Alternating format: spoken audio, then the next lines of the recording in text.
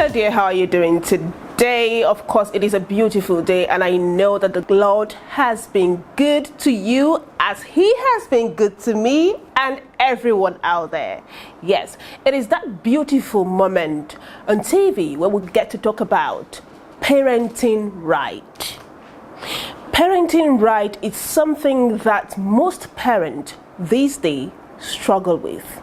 I know that you can agree with me, because if you're not a parent, definitely you have children running around. You must have experienced one thing or the other that you can agree with me that we have to do better. I am Elegant Chime, and this is Parenting Right on CMTV. To talk about parenting right with me today in the house is a woman of substance, a woman that has seen it all as a parent, as a teacher, as a church leader. So you can agree with me that there is no other better person to discuss parenting right with other than Bishop Dr. Kate Cowers. How are you doing? Oh, great. I must say you look absolutely beautiful. Thank you. And you so could pass much. for my sister, I agree. Yes. Okay. Very beautiful to yourself. Thank you so much. Thank you so much. You know, what we do here is we help people who are struggling with parenting their children in the right way, according to what Christ describes for us. We help them to understand the path, the right path to follow. My question to you is, as a woman who has been in the field, as a teacher, as a school owner, as a church leader, at what point is lying a cause of concern? Thank you very much. Before I get into it, I'd like to say the role of a parent in the upbringing of a child can never be overemphasized. Sure. And truthfully, there are a lot of things going on right now. A lot of children lie either because they have an inferiority complex, or they don't really understand the difference between reality and fantasy. So somewhere in between there, they try to make it up by maybe cooking up stories online. But as a child that is brought up in the right way, in a godly home or with godly parenting, a child should be made to understand that God hates lies. And so from their upbringing, parents should let their children know that God says He hates lying lips. And so every time they lie, you have to let them know over and over that it is not, there's no reason for it. There's no reason why you should lie. You know, you need to keep telling them that, and letting them know that there's no need to be what they are not, or to say what is not correct. Yeah. So a lot of children lie for so many reasons. A lot of children lie because they are afraid. They are afraid, so they lie. So with godly parenting, a parent should be able to make the child confident enough to be able to say the truth, whatever it takes. Whatever it takes. Whatever it takes. Just say the truth, knowing that God loves people that speak the truth at all times and in every season. You know, I really want us to emphasize on the point that we have to encourage them to say the truth, and we shouldn't just focus on punishment. Because I've come to realize that most parents would punish, beat, scream, yell without solving the underlying issues there. So I'd like you to help me emphasize on that.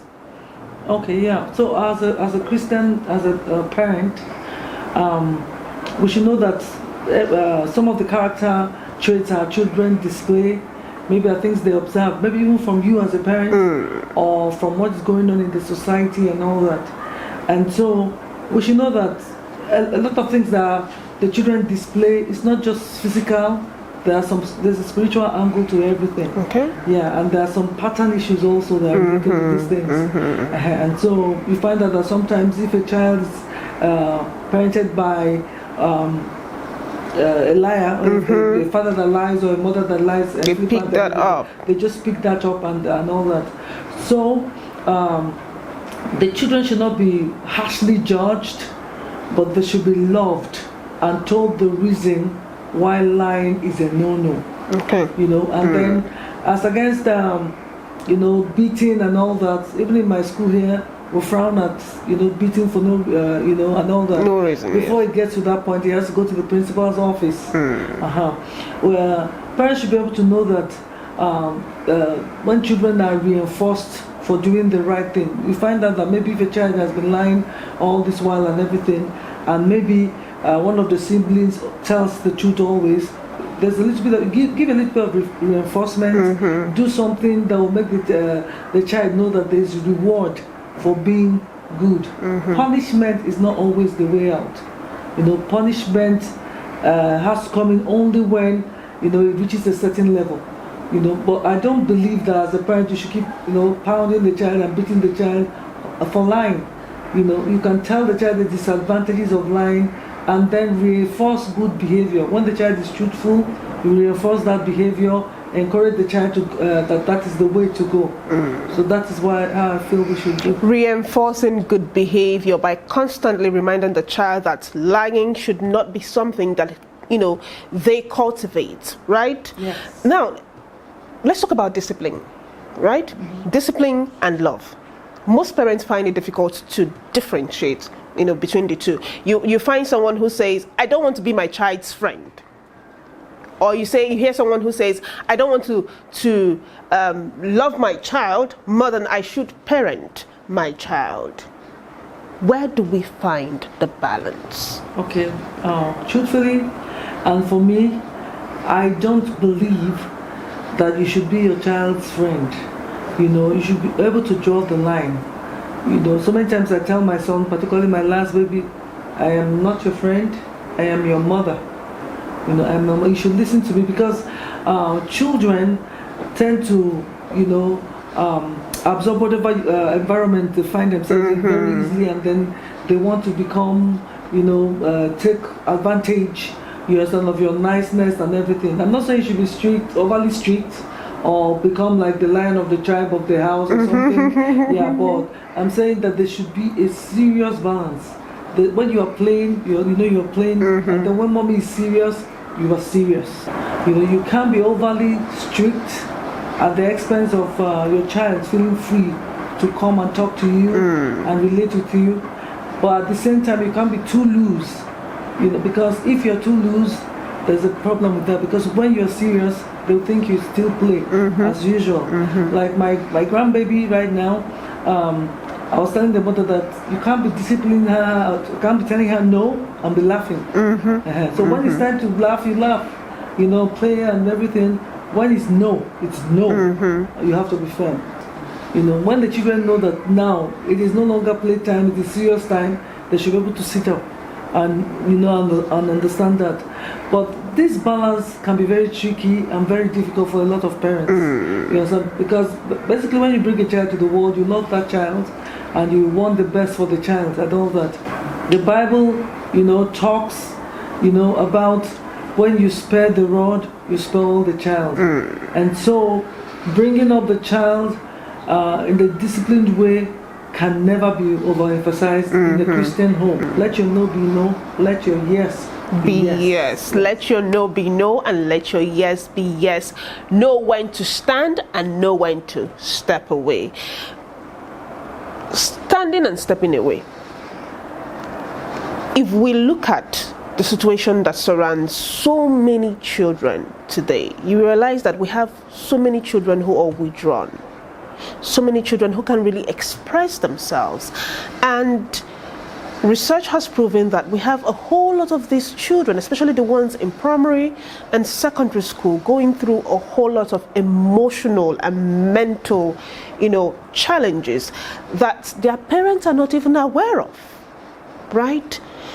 For a parent, what should we look out for? And eventually, when we find these things, how do we handle it to maintain, you know, mental growth and of course spiritual growth? Very good question. A lot of children in the world right now, a lot of them are traumatized. A lot of them are going through different things that you cannot believe that children should go through. I was in America a while back. I lived there for a while, and I'll tell you that young children, sometimes 10, 12, and all, they're already having high blood pressure. You understand? Because of peer pressure in school. When my son, the first time he went to school, the day and all that, and they'll try to laugh at his accent, and all those things, and then he comes back home angry, when I started noticing all that, I had to call him and tell him, be proud of your accent. If they say that's how you that's how I speak in my country. Can you speak the way I speak? So why do you want me to speak the way, I'll start making it look light and everything. And gradually he overcame that problem. But a lot of children go through a lot of pressure. Sometimes some children are being molested in school or outside, or things are happening, but because they're not free to talk to their parents. That's why I was talking about that balance. There has to be that balance. Your child should be able to know that you love them enough, that you stand by them enough, irrespective of the situation. Whatever it is, you can come and I should be your go-to person. Nobody else should fill that space. I should be that parent. I should be that person in your life at that time. And so parents should work on that. Parents should work on that. Like when we were growing up, if you did something wrong, or if there's something wrong, by the time you sit with my father for an hour or two, when you get up from that place, you will know that you learned something. You know that this is somebody that you can talk to at any day and any time. So parents should be able to create that safe space for their children to tell them anything. Just tell me anything. What are you going through? Why are you withdrawn? What is going on with you? Even in the school here there was a time a child that was in the boarding school we caught her trying to escape. When the school was in session and all that, and when they brought her to my office, I said, what is the problem? She began to tell me the problems that a child should not, and she said because of that, when she's in school, her heart is, everything's at home. She wants to go and find out because her mother said developing some mental health issues because of some of the things she was doing and all that, and the child was not stable because of that. So not every misbehavior is as a result or it's because the child wants to misbehave. Draw the child closer, find out what is it, and if they see love, if they can find Christ in you, and they know you not do them any harm, they will open up to you. We really need to work on our parenting skills. As a mother, as a father, as a guardian out there, it's very important that you work on your parenting skills. You don't have to be rigid, you don't have to be soft, you just have to find that balance, because if you can find the balance, then you have created a safe space for the child with you to be able to confide in you. Majority of the problems is most parents are just up and tight. It's what I say and that's fine. And when you are that kind of parent, your child or any child around will find it difficult to confide in you. We have adults who today will tell you that, my mother was a member of this church, that church, but today I am a member of this church. As well as, I no longer attend any church at all because I have discovered this, I have discovered that. How do we raise children whose love for God is genuine? So they don't just go to church because that is what their parents are doing. And eventually when they become adults, they just, go hellwire. How do we raise children that loves God genuinely? Quite unfortunately, this is very, very true, and it's what is happening right now. I was giving a talk the other day to pastors' children, and a lot of pastors' kids don't want to serve the God that their parents preach about, and also because there's a lot of pressure on the kids, to do this and do that. In short, there's a lot of people look at children of godly people or pastors' children as with an eagle eye, and they don't want them to make any mistakes and all that, and that is one of the big problems. And then a lot of those children also grow up, being disappointed in the church. An uncle somebody they called uncle, elder, they're trying to molest them in the church. So they grow up confused. They don't know what to do. So like what I will tell my children, that's what I always tell them, listen, I brought you to this world, and this is God I'm serving. I'm not going to force you to worship God because of me. And then I begin to introduce Christ to them early. Tell them what Jesus did on the cross of Calvary, the reason He died for us, and the reason why we should love Him. And gradually introduce to them that it has to be your free will to worship God, and God loves you. Don't worship. Don't do it because a lot of them are tired of all church and no example to follow. And all those kind of things. So you first of all introduce the love of God to them. Let them experience Christ for themselves. Let them experience the beauty of being a child of God themselves. From your life, from your testimonies, from the things that they can see. Growing up with my kids, sometimes we don't have anything in the morning. I'll tell them, let's join our hands and pray. And in the evening or later in the day when it happens, I excitedly call them, come and see. The prayer that we prayed, it has worked. The miracle has happened. Going through the experience of serving God with them and all that, not just dropping laws and say you must go to church, you must do this, you must do that. These days the children will tell you, so what? I'm not going. And there's nothing you're going to do about it. So you just need to share the love of Christ with them. Let them experience Christ through you. Let them see the example of Jesus in you, and they will follow. So you practicalize it to them. Yes. Do not force them. Do not make them to go to church because you are going to church. Let them see that God is love and love is God through you, through your actions, and how you relate to people around you, because these children, they see the things that you do. Exactly. You cannot be quoting the Bible to a child and you're doing the exact opposite to your neighbor's children, right? They will just look at you and be like, what's that? So if you want to raise a godly child, you want to raise a child that will love God for his or herself, please practicalize what you preach. Let them see the Christ-likeness in you so that they can follow your footsteps. Now, before we let you go, we have one more question, which is very important, which is the mother of all the questions that we have asked and answered today. What is your final advice to young parents out there and even old parents out there who missed their part in parenting and are trying to get it right? Yes, very, very good question.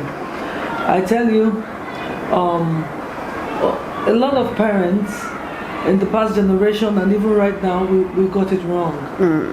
And we thank God because God is always giving us an opportunity to change and to work on ourselves.